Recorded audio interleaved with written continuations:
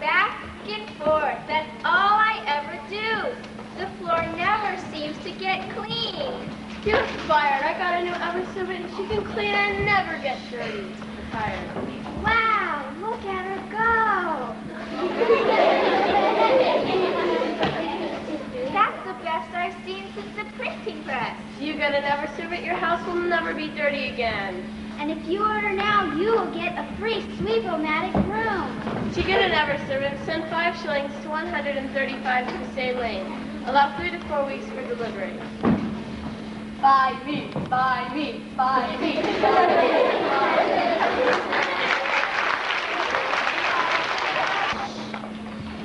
Today in Padua City, all is quiet, except for poor Baptista's house, where there life is a riot, because there lives his daughter Kate. Oh no, there goes another plate. I hope you get the picture true, for daughter Kate is quite a shrew. We're very sorry, but we must go. We hope that you'll enjoy the show.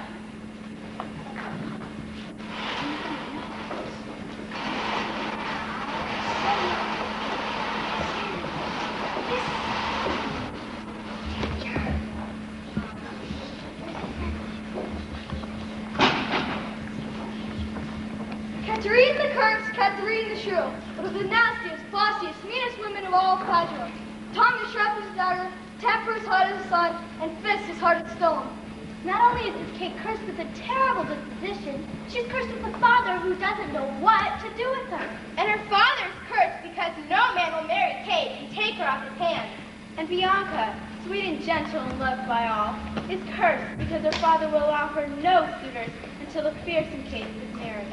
Screaming erupts from one of the windows in the Manoa household. Neighbors catching by flinch nervously of expecting things to come flying out at them. Sister, I know you have many suitors. Tell me now, which do you like the best? Kate grabs Bianca's arm and twists it behind her back. Bianca tries to squirm free. Sister, please let me go. I swear I have not seen that bezel face, which I can fancy myself in love. You lie! What of Hortensio? He flutters there. You're like a love-struck bat. Do not tell me you don't love him. I swear, if you love Hortensio, sister, tell me, and I will speak to him for you. Him? That mealy-mouthed potato? I can still be courted by a sack of flour. But I know there's someone. I can see it in your eyes. Bianca pauses. There is such a woman, but she doesn't know her name. She has only seen him that morning in the streets of Padua, his pale blue eyes capturing hers for a long, thrilling moment. Watching Bianca closely, Kate knows she's on to something. Aha! I knew it! Now who is he? Kate twists Bianca's arms behind her back and she screams, "Ah!" In rush of Baptista, who pulls Kate away from her prey. That's no way to treat a younger sister! Why must I have a daughter who's all nails and vinegar? Kate backs away as tears fill her eyes. Always on Bianca's side. She's your treasure.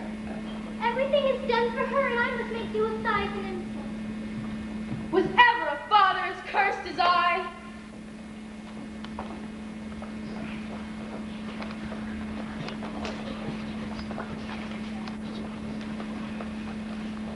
Meanwhile, a tall, well-known man named Petruchio has come to Padua in search of a wife.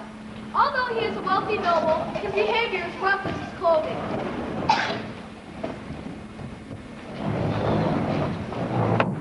As he walks by, he spots his friend, Hortensio. What ho, Hortensio! How goes it? Petruchio strides over and gives Hortensio a hearty whack on the back. The poor man stumbles and half chokes. Why, Petruchio, what brings you to our fair city? Why, I have come to fetch myself a bride. My father has died, and I need someone to set the house in order. Do you know of a single woman with a large dowry? I have decided to give myself a rich wife. Hortensio's eyes light up. There is such a woman, but no, you are too much a friend for me to wish her on you. Hortensio thinks quickly. If he can drop Caterina into Petruchio's lap, a grateful Baptista just might have let him have Bianca for a wife. She looks like a fig tree and barks like a dog for all I care, as long as she is wealthy. That's true, given how only Miriam has without tooth in her head. This one's wealthy and beautiful, but her voice would make a cannon quiver. You do not know gold's effect. Tell me her name. I will marry her even if she sounds like all the heavens thunder. If you insist, I will take you to her father. The two walk off, and that's the spirit.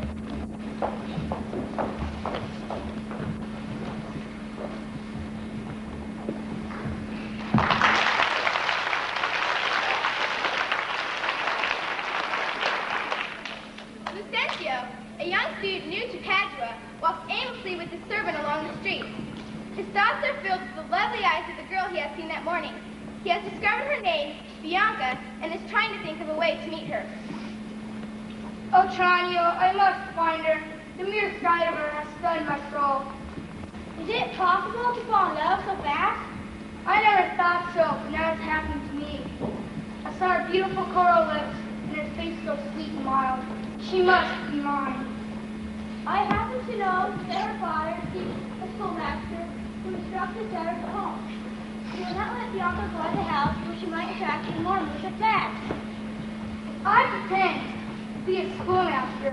I might gain entry to the house, and perhaps Bianca's heart. Tranio, you're a genius. Let's go present ourselves.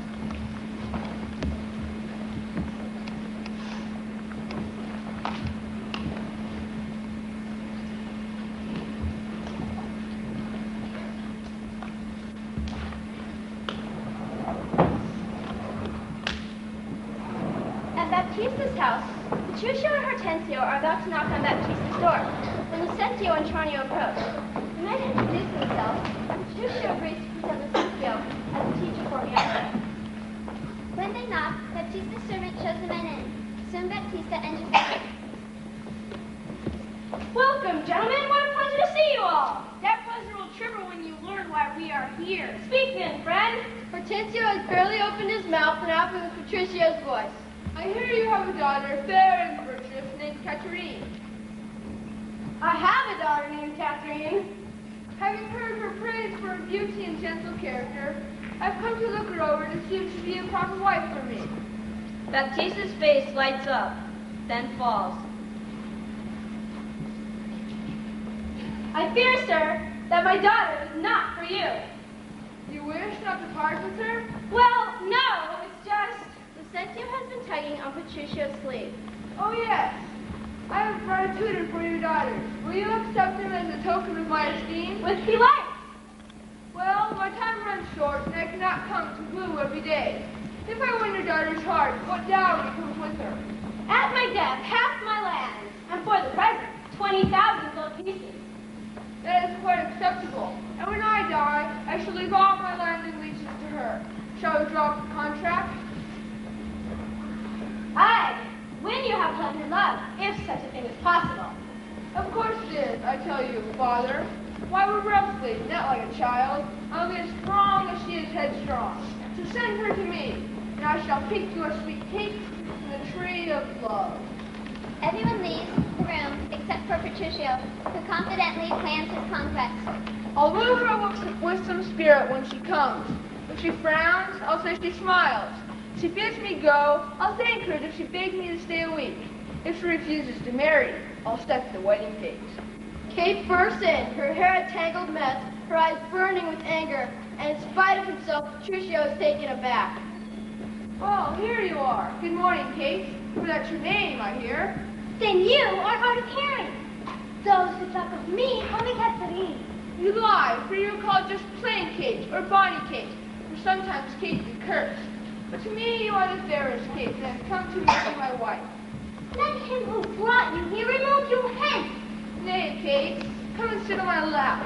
Petruchio reaches for Kate. She pulls away. It is okay. You are not too heavy for a man such as I. You are light. Too light for you to catch. Come, you buzzing wasp. You're too angry. If I be waspish, then you best beware of my sting. The way to handle a wasp is to be quiet. No, get out. Kate, I'm a tell I doubt that. I swear I'll strike you if you do that again. Then you are no gentleman. Come, don't look so sour. I've come to marry you. Petruchio reaches for Kate, and they both struggle. Let me go, you oaf. Ah, so sweet bird. I was told you were rough and sullen, but I find you warm and pleasant, if not yet slow in the mind. I like you well. So now down to business. Your father has agreed to our wedding.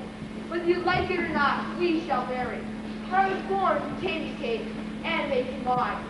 Here comes your father. I shall give him our joyous news. How goes it? Fine. It can go no other way. Those who have talked ill of my fair Kate have talked amiss. She is not mean or cursed, but as gentle as a cooing dove. We have gotten along so well that Sunday is our wedding date. I'll see you hanged first. We agreed that she would still sing curses in company, but when we were alone, she was a fountain of affection. She kept kissing me until my heart could resist no longer. So now goodbye. I must be off to buy my wedding clothes. I'll be back on Sunday for my dear bride. Patricio hurries from the room, pulling a stunned Kate behind. Baptista stares at them in wonderment. Amazing!